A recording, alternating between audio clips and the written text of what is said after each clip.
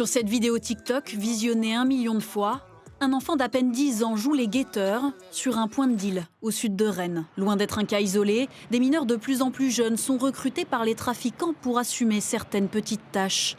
Des enfants, majoritairement des garçons scolarisés en primaire, sont sollicités sous les yeux des habitants. Les trafiquants savent aussi que la justice ne pourra pas condamner ces très jeunes guetteurs. En France, la loi considère qu'un enfant de moins de 13 ans est incapable de mesurer la portée de son acte. C'est ce que l'on appelle la présomption de non-discernement. À cet âge, il risque des mesures éducatives, mais aucune peine d'emprisonnement. Pour éviter qu'il soit recruté par les dealers, à Marseille, Ça va les gars?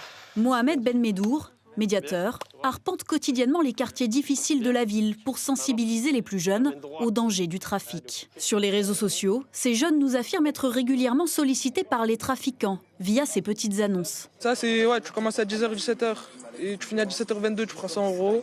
Si eux nous assurent ne pas s'être laissés tenter, le médiateur le sait, à cet âge, les adolescents peuvent rapidement être influencés. Ce qui les fascine, c'est d'avoir ce statut social. Mais quand on est patron de réseau, on reste quand même un cadre à leurs yeux. Comme si on était cadre dans une grande société.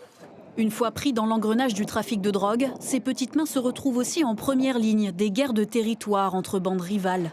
L'année dernière, 47 mineurs ont été tués ou blessés lors de règlements de compte.